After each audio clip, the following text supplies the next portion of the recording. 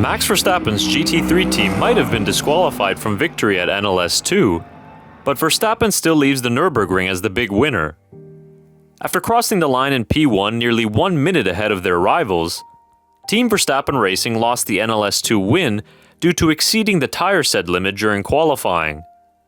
Despite the technical error, the point was proven by Verstappen after what was another impactful weekend at the Green Hell.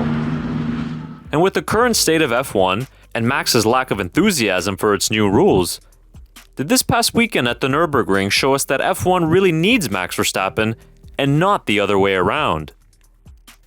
Prior to last year, many of us had no idea about the Nürburgring Langstrecken-Serie. We were introduced to NLS racing thanks to Verstappen, and his participation in the series is helping grow this form of motorsport. Just on the live streams alone for NLS2, they received 6.1 million views in a matter of 24 hours. The live onboard camera, the number 3 Verstappen Racing, got 1 million views alone. Compare that to other onboards which typically get between 5 and 25,000 views.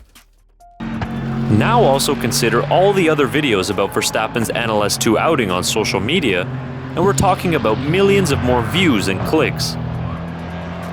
But it's also the other drivers who are ecstatic about sharing the track with a 4-time world champion. Drivers aren't typically happy about being overtaken in races, but when it's Max Verstappen in a Mercedes-AMG GT3, they're happy to post those videos on social media, as for them, it's an exciting time. You also have a very wholesome post from Christopher Haase, the Audi driver who battled Verstappen during the first stint of the race.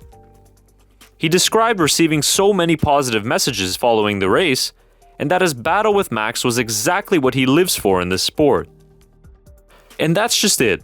The real racing we saw at the Nürburgring is what motorsport is all about.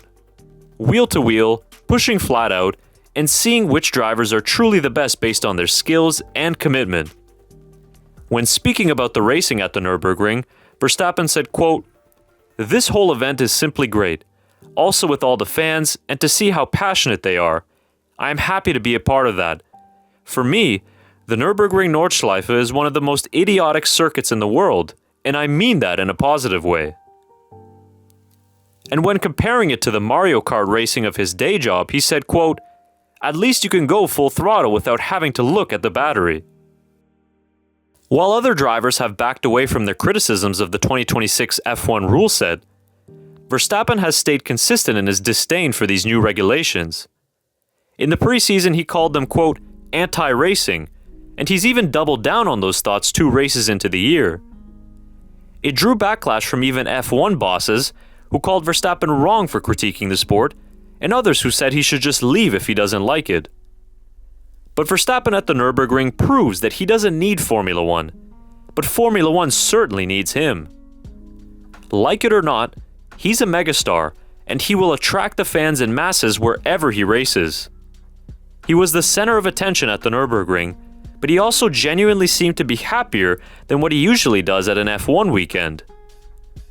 If F1 continues down this direction, you have to wonder what the motivation will be for the Dutchman to continue in a series where the racing isn't as fulfilling. He's opened the doors for F1 fans to see that other forms of motorsport can be just as, and in most cases, actually more thrilling than Formula 1. Fans who tuned into NLS2 will have their eyes on the series in the coming months.